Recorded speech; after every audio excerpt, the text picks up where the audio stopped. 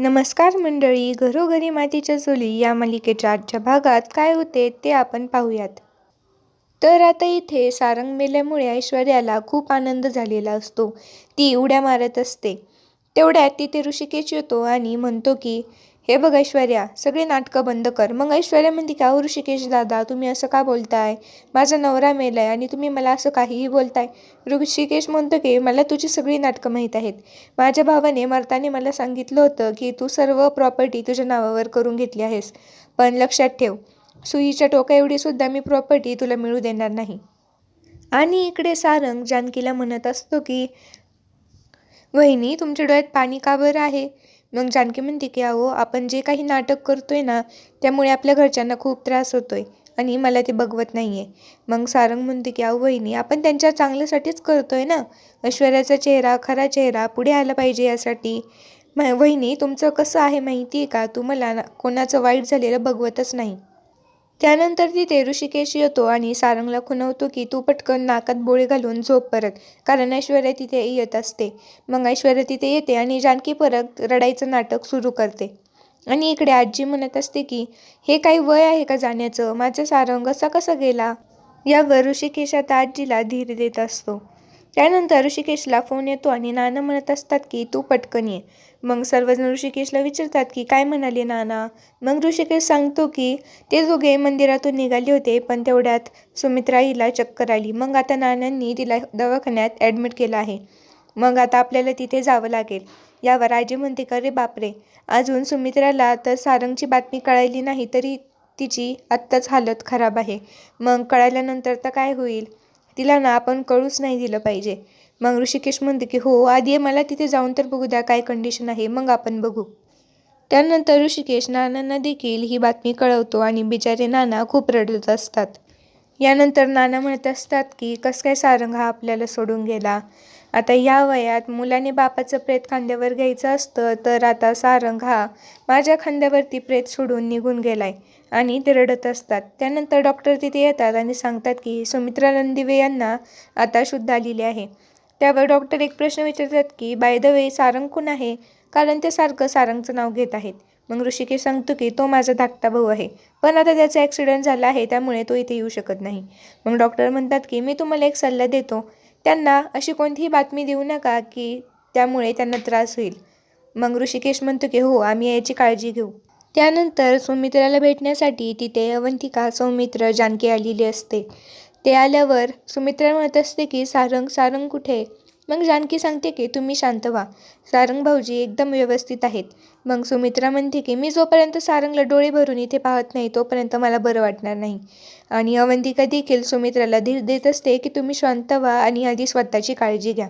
आईची अवस्था पाहून जानकीच्या डोळ्यात पाणी आलेले असते. आता इथे दुसरीकडे आपण पाहतो की सारंग याला सौमित्रेने सांगितलेलं असतं की आईला हॉस्पिटलमध्ये ॲडमिट केलंय. हे ऐकून सुद्धा सारंगला खूपच टेन्शन येतं. सारंग म्हणतो की दादा, माझ्यामुळेच होतंय ना, या सर्वाला मीच जबाबदार आहे. मग सौमित्र म्हणतो की असं नको बोलू सारंग. सारंग म्हणतो अरे नाही दादा, मी जे बोलतोय ते खरं आहे. हे सर्व माझ्यामुळेच घडतंय आणि जर आता आईला सांगितलं नसलं की मी पाण्यात पडलोय, तर आईला टेन्शन नसतं आलं आणि आज आई ॲडमिटसुद्धा नसती. मी एक काम करू का, मी पटकन जातो आणि पटकन आईला भेटून येतो. मग सौमित्र म्हणतो की अरे वेडा झालायस का, असं आपल्याला काहीही करून नाही जमणार. तू काहीच काळजी नको करूस, कारण तिथे जानकी आणि ऋषिकेश दादा आहेत ना आईची काळजी घ्यायला, त्यामुळे तू रिलॅक्स राहा. आणि इकडे आता जानकी ऋषिकेशला म्हणत असते की ऋषिकेश, आपण हे नाटक इथेच थांबूयात का, कारण आता आईंची अवस्था खूपच खराब झालेली आहे. ऋषिकेश सांगतो ग नाही ग जानकी, आपली सगळी प्रॉपर्टी ऐश्वर्याच्या एकटीच्या नावावर आहे आणि हे जर आईंना समजलं तर तिला सहन नाही होणार. तुला आठवतंय ना, जेव्हा आपल्या घराचा लिलाव होणार होता तेव्हा आईला ही गोष्ट सहन नव्हती झाली, आणि आता जर हे समजलं तर आणखीच गडबड होईल. आणि ती ऐश्वर्या किती नीच आहे तुला माहिती आहे ना. हे जर आपण नाटक थांबवलं तर ती आपल्या सर्वांना घरातून बाहेर काढू शकते. आणि आता इकडे ऐश्वर्याला डाऊट असतो की हा डाव नक्की ऋषिकेश आणि जानकीचा नाहीये. त्यांनी तर मला फसवण्याचा प्रयत्न नाही ना केला. मी स्वतःच्या डोळ्याने सारंगची डेड बॉडी पाहिली असली तरी मला असं का वाटतंय की काहीतरी नक्कीच गडबड असणार. जर सारंगने मिळून यांच्याबरोबर काही प्लॅन केला असेल तर मला अडकवण्याचा, कारण जेव्हा सारंगला कळालं की मी प्रेग्नन्सीचं नाटक केलं तेव्हा सारंगचा कसं काय अपघात झाला आणि हे सगळं सिक्वेन्सनंच कसं काय होत आहे. तर त्यानंतर आता ऋषिकेश तिथे येतो आणि तिला सांगतो की आम्ही माझ्या भावाचे अंतिम संस्कार करायला चाललो आहे, तर त्याचे काही कपडे आम्हाला पाहायचे आहेत. त्याबरोबर ऐश्वर्या कपडे आणून देते आणि ऋषिकेश तिला सांगत असतो की हे बघ, आम्ही अंत्यसंस्कार करून येईपर्यंत तू घरातच थांबायचं. आणि तिकडे आईची तब्येत देखील बरी नाही आहे, त्यामुळे तुला घरातच थांबावं लागेल. ऐश्वर्या म्हणते, अरे बापरे, माझ्या आईंची तब्येत खराब झाली आहे, मग मला आता तर जावं लागेल तिथे त्यांना भेटायला. ऋषिकेश म्हणतो, नाही, तिथे जानकी आहे, त्यांची काळजी घ्यायला आणि बाकी सर्व देखील आहे, तू नको काळजी करू आणि जास्त काही कारस्थान करत नको बसूस. जर काही केलंस ना तर याद राहा, गप घरातच बस. आणि इकडे जानकी देवी आईकडे आलेली असते मंदिरात आणि ती देवी आईची पूजा करते, फुलं अर्पण करते आणि प्रार्थना करत असते की देवी आई, तू सुद्धा एक आई आहेस आणि तुला लेकराची हाक लगेच ऐकू येते. प्लीज यावेळेस मला नक्की यश मिळू दे आणि नाना आणि आईंच्या चेहऱ्यावर हसू येण्यासाठी तू मला यश मिळू दे. आणि ही अशी ती प्रार्थना करते. आणि आता इकडे ऐश्वर्या विचार करते की सारंग आता ह्या जगात नाही आहे, ही बातमी आईंना कळालीच पाहिजे. मग ती घरातून निघते. घरातून निघाल्यावर तिचा अवतार हा एकदम विधवेसारखाच असतो. पांढरी साडी, एकदम साधे विंचरलेले केस, नो मेकअप असा तिचा अवतार असतो.